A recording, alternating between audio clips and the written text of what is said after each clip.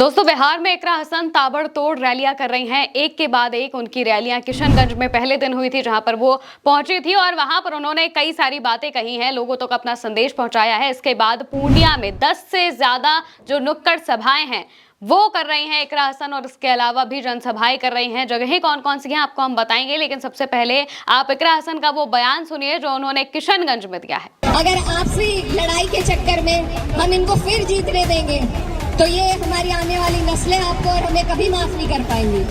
तो मैं बहुत दूर से आपके बीच में, हमारा उत्तर प्रदेश आपकी तरफ निगाहें टिकाए बैठा है कि बिहार से जो संदेश निकलेगा वो पूरे देश भर में सरकार को बदलने का काम करेगा। तो मेरे भाइयों,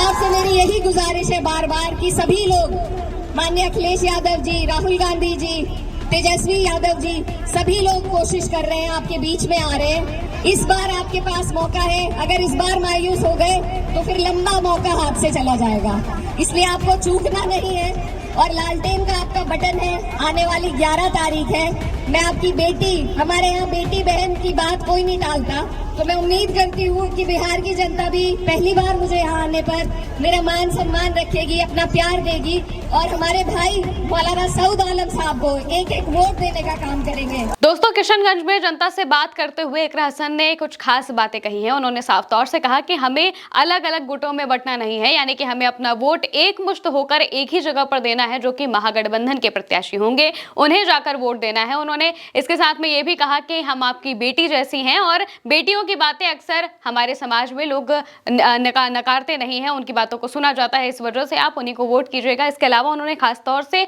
बीजेपी पर भी निशाना साधा है और कहा है कि अगर आप अलग अलग वोट देंगे तो जाहिर सी बात है कि इसका फायदा एनडीए को होगा, जो मौजूदा सरकार है उसे होगा, और इससे जो हमारी आने वाली पीढ़ी है वो बहुत ज्यादा नाराज हो जाएगी, क्योंकि वो नहीं चाहेगी कि यहाँ की जो सरकार है वो बने। और इसके अलावा उन्होंने ये भी कहा है कि बिहार से जो संदेश आएगा वो संदेश यूपी में काम आएगा, और यूपी में भी जब 2027 में चुनाव होंगे तो तब बिहार का ये मैसेज बहुत मैटर करेगा। यानी कि जिस तरीके से अगर बिहार में महागठबंधन की सरकार बनती है तो उससे यूपी में भी समाजवादी पार्टी को बड़ा फायदा देखने को मिलेगा, क्योंकि जिस तरीके से जैसे तेजस्वी यादव को जिताने के लिए समाजवादी पार्टी के नेता लगातार बिहार पहुंच रहे हैं, वहां पर जा रहे हैं, इकरा हसन भी लगातार रैलियां कर रही हैं, तो इससे साफ पता चलता है कि जब 2027 में चुनाव होगा तो समाजवादी पार्टी के लिए भी बिहार से तेजस्वी यादव या फिर कोई बड़े नेता, और भी बड़े नेता महागठबंधन के आएंगे, वो तो बात है ही। लेकिन इस बीच किशनगंज में जब इकरा हसन पहुंची थी तो वहां पर उन्होंने अलग अलग जगहों पर करीब 9 से ज्यादा रैलियां की थी और अलग अलग प्रत्याशियों के लिए की थी।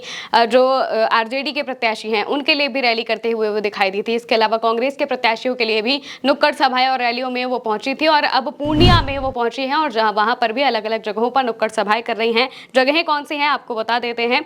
इकरा हसन 22वीं विधानसभा के चोचा भाई धर्मकांटा से नुक्कड़ सभाएं और जनसंवाद की शुरुआत कर चुके हैं। इसके अलावा वो यहां से चटांगी हाट, चरैया मैदान, जनता हाट, सिमलवाड़ी चौक, 22 पश्चिम चौराहा, कन्हरिया चौक, बेलगाछी चौक, डगरुआ, मवेशी हाट, कलाम चौक और टोली चौक समेत कई स्थानों पर आयोजित नुक्कड़ सभाओं में शामिल होंगे। सभा में बड़ी तादाद में लोगों की उमड़ने की संभावना है। इकरा हसन की कोशिश होगी कि चुनावी बयार 22 में महागठबंधन प्रत्याशी पूर्व विधायक अब्दुस सुबहान के पक्ष में मजबूत किया जाए। नुक्कड़ सभाएं और जनसंवाद के जरिए वो एनडीए पर निशाना साधेगी। यानी कि पूर्णिया में 22 विधानसभा क्षेत्र में वो पहुंची हैं और वहां पर अलग अलग जगहों पर वो नुक्कड़ सभाएं कर रही हैं, जनसंवाद कर रही हैं, लोगों के बीच जाकर अपनी बातें बता रही हैं और लोगों से कह रही हैं कि एकमुश्त होकर महागठबंधन को ही वोट दिया जाए। और इसके बाद जिस तरह से किशनगंज में सबसे पहले इकरा हसन ने रैली की थी, इसके बाद उनकी डिमांड बहुत ज्यादा बढ़ गई है। महागठबंधन के जितने भी प्रत्याशी हैं, खासकर सीमांचल के इलाके में, वो चाहते हैं कि इकरा हसन उनके लिए आकर कैंपेनिंग करे, उनके लिए आकर वोट मांगे, क्योंकि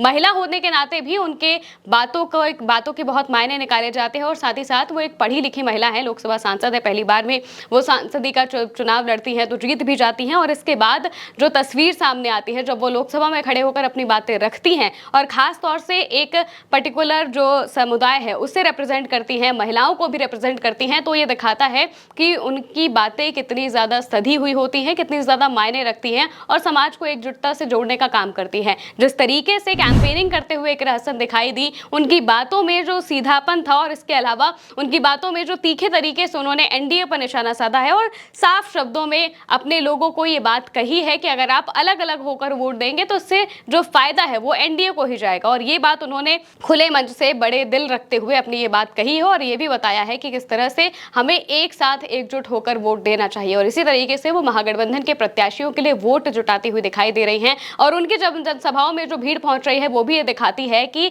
उन्हें कितना ज्यादा लोग पसंद करते हैं। वो चाहते हैं कि इकरा हसन जैसी महिला आकर उनके लिए उनके क्षेत्र में आए, अपनी बातें बताए, ताकि वो उस हिसाब से अपना जो फैसला है वो ले सके। क्योंकि अगर हम इकरा हसन को देखते हैं तो वो जिस तरीके से कैंपेनिंग करती हैं, अपनी बातों को रखती हैं, उसका बहुत ज्यादा प्रभाव पड़ता है और इसी वजह से अलग अलग जगहों से उन तक अब ये भी बातें पहुंचने लगी है कि उनके लिए जो बाकी के जो प्रत्याशी हैं उनके लिए भी वो प्रचार करने के लिए पहुंचे सीमांचल के इलाकों में। चूंकि मुस्लिम आबादी ज्यादा है, इस वजह से भी वो चाहते हैं कि इकरा हसन वहां पर पहुंचकर कैंपेनिंग करे, क्योंकि वहां पर एआईएमआईएम लगातार मजबूत हो रही है। असदुद्दीन ओवैसी हैदराबाद से आए हैं और वो भी लगातार अपनी जो कैंपेनिंग है वो भी कर रहे हैं। किशनगंज में भी उन्होंने बहुत अच्छी कैंपेनिंग की थी। इसी वजह से ये जो वोट है ये बटे ना, इसी को देखते हुए इकरा हसन जैसे जो दिग्गज नेता हैं उन्हें उतारा गया है। इसके अलावा भी आने वाले वक्त में बड़े बड़े नेताओं को, समाजवादी पार्टी के और जो कांग्रेस है उनके भी बड़े नेता जैसे इमरान प्रतापगढ़ी को उतारा गया है, ताकि वो भी अलग अलग जगहों पर जाए, कैंपेनिंग करे और महागठबंधन के जो वोट शेयर है उसे और मजबूती से सामने रखे और लोगों तक ये बातें पहुंचाए कि तेजस्वी ही आपके नेता हो सकते हैं। जिस तरीके से इकरा हसन अपनी जो कैंपेनिंग है वो कर रही है वो भी काबिले तारीफ लग रही है, क्योंकि जिस तरीके से वो वहां पर पहुंची हैं और पहले दिन से ही जो एक पूरा माहौल था वो उन्होंने सेट कर दिया है। दूसरे चरण के चुनाव के लिए अभी से जो कैंपेनिंग है वो लगातार शुरू हो चुकी है। पहले चरण के मतदान के बाद ये चीजें और तेज हो जाएंगी और यही दिखाएगी कि आने वाले वक्त में 14 नवंबर को फैसला क्या होगा। फिलहाल के लिए मेरे साथ इस खबर में इतना ही। नमस्कार।